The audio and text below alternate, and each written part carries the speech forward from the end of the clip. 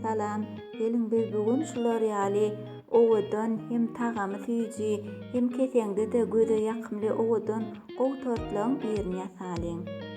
Bu tortyň içi ak biskvitli hem galyň ýer tudana musly hem ýer tudanan konfeti ýer tudanan akyp duranja baly bar.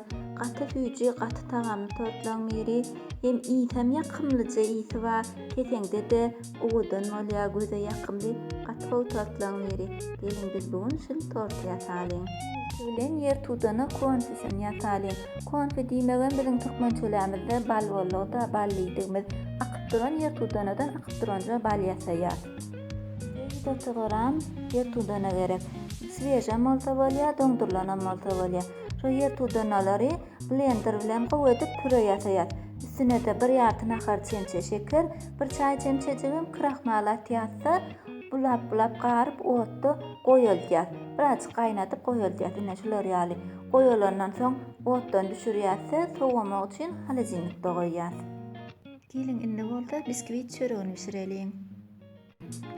Bize gerek zatlar 5 tane ýumurtga, 1 kase şeker, 1 kase de un. Şöyle bir kase unyň ujundan bir 2 çemçesini aýyrýar, 2 nahar çemçesini tümmeklep. Şoňa derek kraxmal goşýar.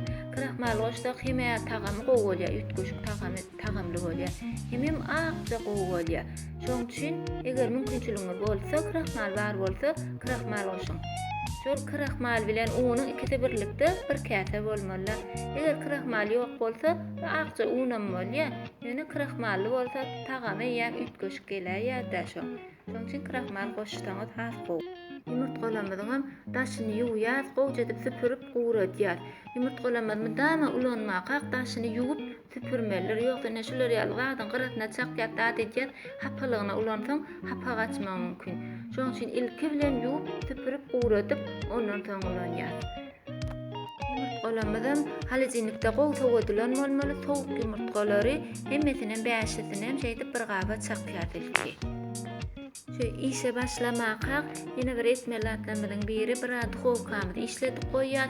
170-180 gradus aralygyna birim şular ýaly 20 santimetrlik gabyň eger aşağı açyk bolsa aşağı şular ýaly falgasyny adan çekip taýýar edip goýýar. Soň hamirmy taýýar bolany gün guýar ýaly. Hamirmy dowam edeliň. Ýumurtgalaryň hemmesini çakanmadan soň mikserde bulap başlaýar. Şu ýumurtgalamyzy bulap başlanmadan ilki bir çümüjük duýda atýar. Soňam şol bulap durkak mikser işledip durkak şekermeden şeýdip adadan guýýarsa, gowy ilki pediräjine goýýar mikser soňa baka güýçlendirip gowy köp çiýşýänçä bulaýar. Köpüräjik işledýär mikseri. Nädereden şular ýaly köp çiýşip goýulýança işletmeli. Indi bize mikser gerekler. Mikser aýyrýarsa unumyz goşýar. Unumyzdan şular ýaly elekden elep goşýar. Şonu has gowy çiýşýär, has içi peşçik bolýar. Soň elenen zatla dip gönök şodurşuna goşmalar, içine bir howa girer ýaly, uny elep goşýar. Muny azyk vanilin atýar. Munyň şular ýaly agyş çemçe bilen ýa-da silikonowy lapatka bilen emay bilen elle garýar. Ony mikser gerekler. Mikserde garsaň çökmek mümkin. Şoň üçin ýuwaşlyk bilen şeýdip elle gowja edip garýar hamirmizi. Hamir şeýdip gowy edip garşdyryp bulanmadan soň şuňa ýaly manajyk gowja hamir bolan soň indi muny taýýar galymyza goýýar. Galyba goýup 170-180 gradusda bir 35-45 minut howkanyň aşağı gözüne goýup pişirýär. Hamir howka salanmadan soň şu ilkinji 15-20 minut howkan gapysyny açmalydyr. Sebäbi näwederje çiýşip barýanda şonu açdan içine howa gitýär da pissarýar. Şoň üçin ilkinji 20 minuty açman saklamaly. Çöregiň pişenini pişmeýändigini bilmek üçin hem şular ýaly bir zubachistkaçyk alyp şeýdip dürtüp görýän eger şol gowurja çyksa çöp çagaş onna pişdigi, ýok çöp çagaşy hamir ýermeşde öl çyksa onna entek pişmedigi. Onda ýene de bir salym goýmaly. Ol her kimiň howkasyna da adajyk tapawutly bolýar. Şoň üçin 30-45 minut aralygynda howkanyňda görä tarlamaly bolýar. Biziň biskvit çöregimiz pişdi. Indi muny beýleligine agdarýarsa gapaň üstüne sowamaga goýýar. Heme ýüzüniň pökgüsi birazjyk gömleşer ýaly, hemem sowar ýaly gapaň üstüne terslikden goýýar. Ondan buny soğandan soňamyr daşyny streç klýonka orap halajinlikde goýsaň has bir 2 sagat ýaly. Ýok gyssanmaç bolsaňyzam goýmasaňyzam bolýar. Göni şu biskvidi 3 bölege gönjedip, deňjedip 3 bölege kesýärse taýýar etýär tortuňyz üçin. Gelin indi bolsa kremin taýýarlaýyn. Size gerek zatlar 400 gram ak şokolad, yartyja çay çemçe jelatin, suwa edilen 300 gram miske, 150 gram slivka, biram vanilin gerek. Şu krem ýasamyzda iň esasy bize miskeň akçasy gerek. Şular ýaly miskeň açyk görüň, şoň içi akça bolsa şonda krem has ak gowy bolýar. Şular ýaly mine ewet mis bulanýan, ewet has ak has gowy bolýar. Ýok, başga da şular ýaly akça miske bar bolsa, şonu gyrajan gallyp açyk görüň, şoň ýaly ak bolsa miskeden ýasap bilersiňiz. Başlamakda iň ilk etmeli adamynyň biri jelatini edmeli. Yartyja çay çemçe jelatini 3 çay çemçe soğuk suw bilen edýärse bir ýarym sagat 20 minut çeşmek üçin goýýar. Onuň bize gaýnak suwly bir piticik gerek. Bir gapda suw gaýnatýarsa şoň üstüne ak şokolady goýýar.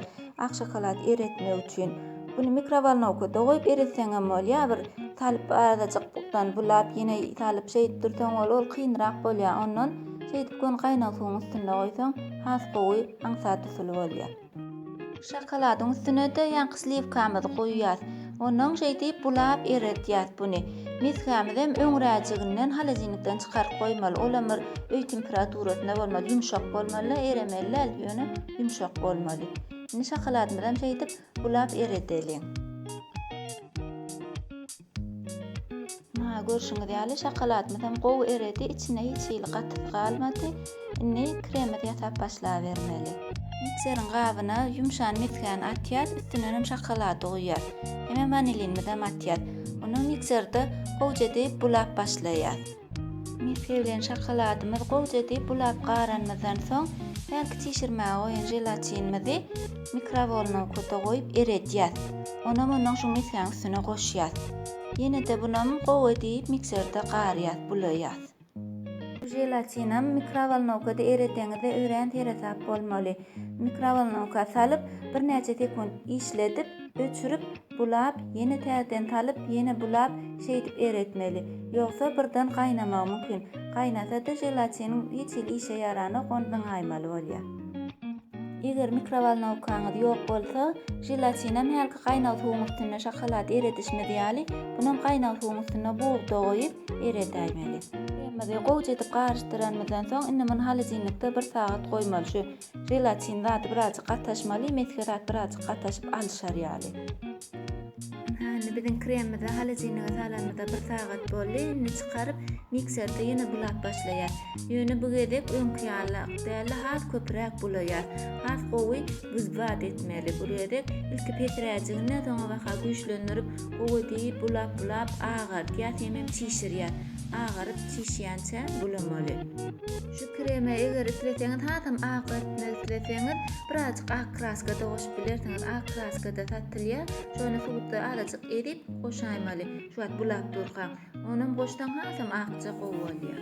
Kremimiz hem taýýar boldy. Seredin we akça gowy gatyja krem boldy. Indi bundan heme arasyna çalyr, hem tortuň üstüne şu krem bilen tekellep ýylmar. Kremi bir gara aýryp goýalyn. Musyny ýasaly. Mus üçin bize 200 gram ýer tuduny püresi, 200 gram slivka, 11 gram jelatin hem şular ýaly suwa çişirip goýan öňräginden 50 gram şeker, 50 gram ak şokolad gerek. Ýer tuduny püresiniň üstüne şeker hem ak şokolad atýarsa, petdeci wagtda şular gowja ereýänçe bulap durýar. Şol ak şokolad bilen şeker erese bolýar, gaýnatma kökmany, gaýnatsaňyz ýer tudunyň tagamy gider, ondan gowja gyzgyn bolup şolar erese boldy. Erer bolyn, ondan otdan düşürýärse, üstüne de belki çişirip goýan jelatinimizi atýar. Indi bundan gowja diýip bulap şu jelatin ereýänçe gowdy bulap garýar. Jelatinimizi gowy garşdyranmazdan soň sowamak üçin bir gara aýryp goýýar. Slivkamyzy hem halajinlikde goýmaly. Olam gowy sowak buz ýalak bolup durmaly. Pürämedem gowy sowandan soň bir gowy gyzgynlygy gitmeli bir çala ýyllyk alanyň diýany ýok. Ýöne gowja sowatmaly. Şondan soň halejinlikde goýan sowuk slivkamydyň üstüne bir nahar çemçe saharyny pudra, azajygyn vanilin atýasy mikserde gowutyp garýas bulaýar. Slivkany öte kän bulabam gatartmaly. Lälre orta urprak bolanyna şulary ýalyk bolanyny besetýäs bulamany. Goýýasy üstüne ýanky sowan pürämizi emay bilen ağaç çemçe bilen ýa-da silikonly lapatka bilen garýas, gowjadyp goşýar. Şu işlemediň aralygyna sirowundan ýasak goýýar. Bir 100 gram ýylçak tüýde bir nahar çemçe şeker, azajyk vanilin atýasa garýasy, sowap şeker eremek üçin bir arada aýryp goýýar.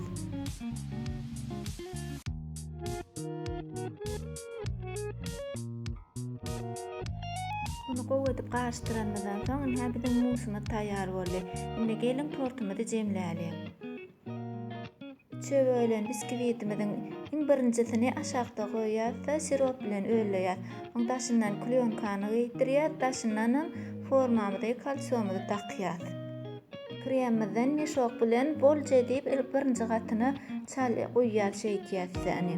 Onu çemçejik bilen gowjadyp ýylmaýar, bir ýylmanak bolsun diýip, onuň gyrasyna da bir haýat ýaljaga edip ýene täzeden meşok bilen birazjyk beýgirak bolar ýalyk ýene bir gerek aýlanyp çykýar. İçine de herki sowamaga goýan konfimizi balmyzy goýýar şeýtýäsi.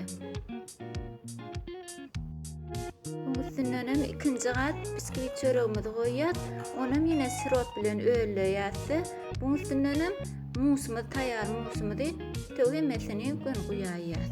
Onam üçlenji öýle biskvitimizi goýýar, onam sirop bilen gowjadyp öýleýär, ondan torty halejinlikde goýýar. 6 saat, 8 saat arasynyň musy gataşar ýaly.